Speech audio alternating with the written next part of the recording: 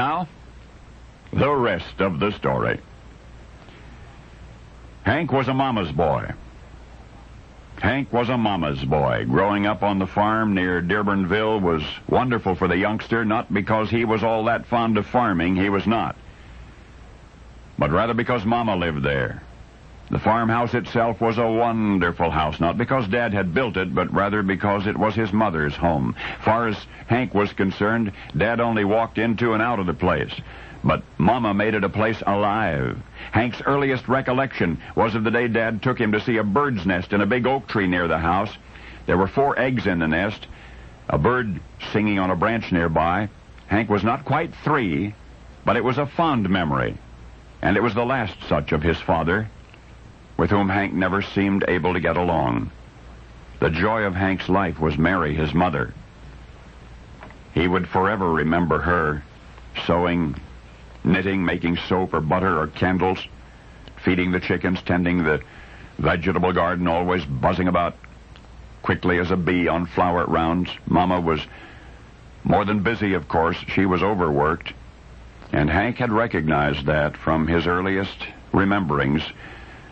Mother Mary was a sensitive, intuitive woman, too physically frail for the tasks continually before her, and one day in the early spring, Mary died, 12 days after her 8th child had been born dead. Weakened by that experience, the doc said, but 12-year-old Hank knew better.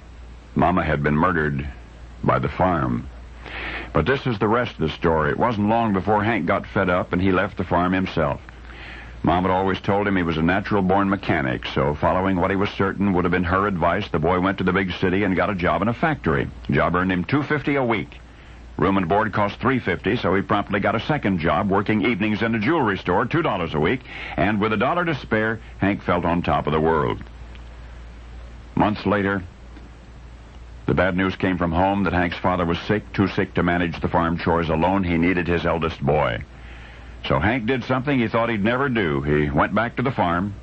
Thus began the toughest season of plowing and planting and harvesting that he could ever remember, and he could feel the work that had killed his mother was starting to kill him.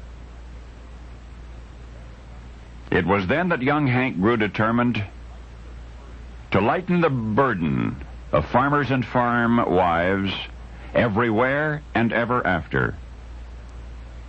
He would do it in the memory of Mama, by inventing power equipment to replace costly-to-feed, hard-to-care-for horses and mules. The young mechanic called his first invention a farm locomotive. The first one was powered by steam and then by gasoline, and that farm locomotive was the precursor of the now omnipresent farm tractor. And it was just a short step from having developed the first farm tractor to going into the motor car business. You may have believed that Henry Ford, just up and decided one day to invent the automobile.